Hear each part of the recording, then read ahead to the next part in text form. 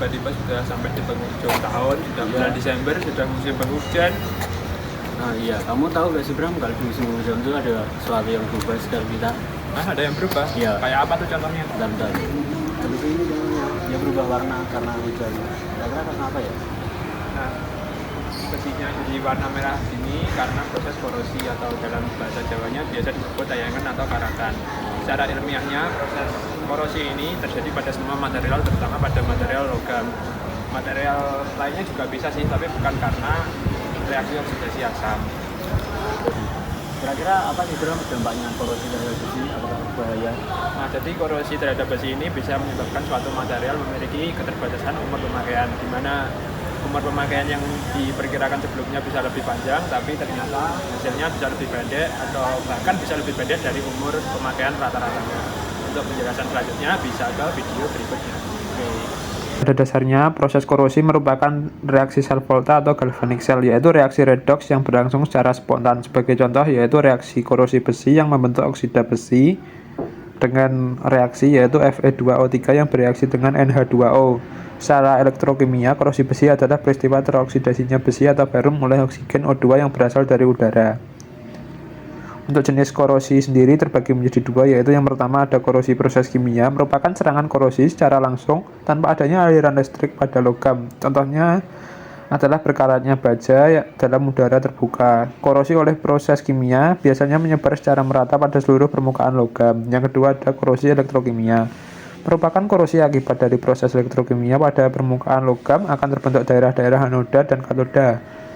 Yang satu dengan yang lainnya dipisahkan oleh jarak tertentu karena potensial anoda tinggi derajatnya dibandingkan potensial katoda. Maka akan terjadi arus listrik di antara kedua elektroda tersebut. Elektron-elektron akan berpindah dari anoda ke katoda sehingga anoda larut dan katoda dapat perlindungan. Nah, yang selanjutnya ada definisi elektroplating. Elektroplating merupakan proses pelapisan logam menggunakan arus listrik dan menggunakan larutan elektrolit. Ion logam direduksi pada permukaan logam yang dilapisi. Lalu logam apa saja sih yang digunakan untuk melapisi? Nah, logam yang digunakan untuk melapisi yaitu yang pertama ada nikel atau yang disebut estetika dan tahan korosi. Yang kedua ada krom atau kiloan dan ketahanan. Dan yang ketiga yaitu ada tembaga atau konduktivitas tinggi.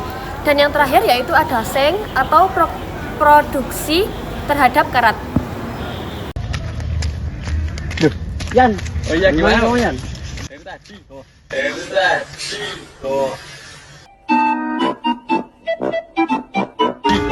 Ini Yan, aku mau tanya Yan, bagaimana sih prinsip kerja elektroplating itu? Oh, prinsip kerja elektroplating itu seperti gini. Yang pertama ada anoda sebagai ion logam lapis, yang kedua ada katoda sebagai yang akan melapisi, yang ketiga ada elektrolit larutan yang mengandung ion logam, dan yang keempat arus listrik mengalir memindahkan ion logam ke katoda.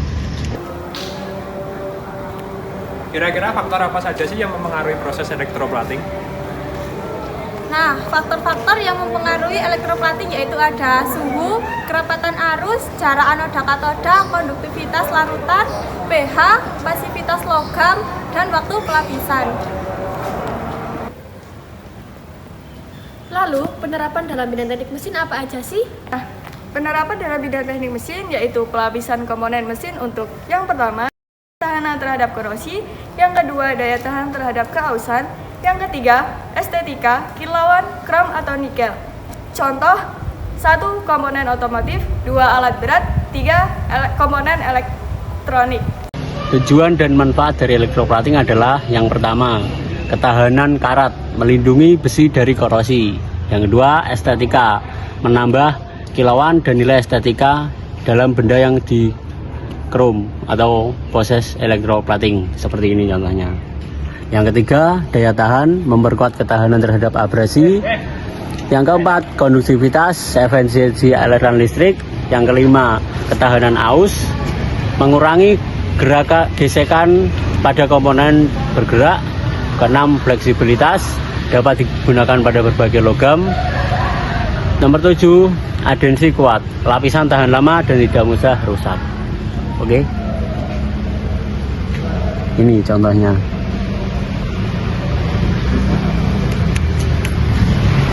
Nah, selanjutnya untuk kesimpulan dari video penjelasan elektroplating oleh kelompok kami dapat ditarik kesimpulan, yaitu elektroplating merupakan solusi inovatif untuk melindungi, memerindah, dan memberikan logam daya tahan yang lebih kuat lagi.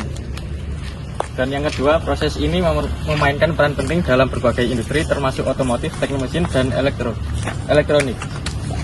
Dan yang ketiga, dengan memahami prinsip dasar dan faktor yang mempengaruhi, elektroplating dapat dimanfaatkan secara maksimal. Sekian, terima kasih.